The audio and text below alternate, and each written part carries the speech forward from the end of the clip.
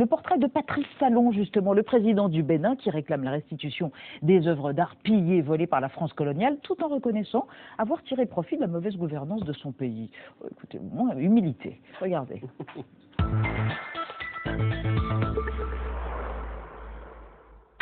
Ils sont au centre de l'histoire et méritent forcément quelques déboires. Tandis que le Bénin déplore le pillage historique de son pays, son président admet avoir lui-même profité d'années de mauvaise gouvernance. Alors faut-il restituer Patrice Talon? Patrice Talon a été élu président du Bénin en mars 2016.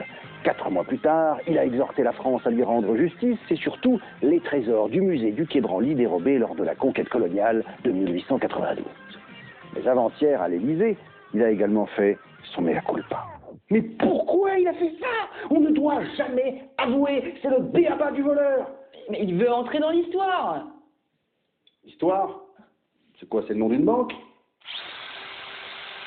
Patou a déclaré qu'une minorité, dont lui-même, s'accapare un peu trop les maigres ressources du pays. Avant son élection, il avait en effet amassé la 15e fortune d'Afrique francophone grâce à la chimie agricole, au coton et quelques bricoles dans l'hôtellerie. Entre-temps, Pat s'est exilé 3 ans à Paris, visé par 7 plaintes pour crimes économiques, accusé de tentative d'empoisonnement aux pilules radioactives sur Boni Yayi, chef de l'État en 2012, acquisition de drones pour dégommer son avion présidentiel et recrutement de commandos. T'es un commando, toi? Affirmatif. Ok, alors fais-moi sauter la Jeep qui est là-bas avec un drone, là.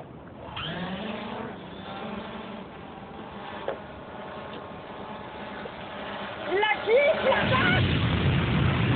Blanchi en partie, protégé par son immunité pour le reste, Talon, président-manager, qui est allé voter en Porsche, a promis à ses administrés 77 réformes et 45 projets phares en 7 axes stratégiques pour relever 3 défis.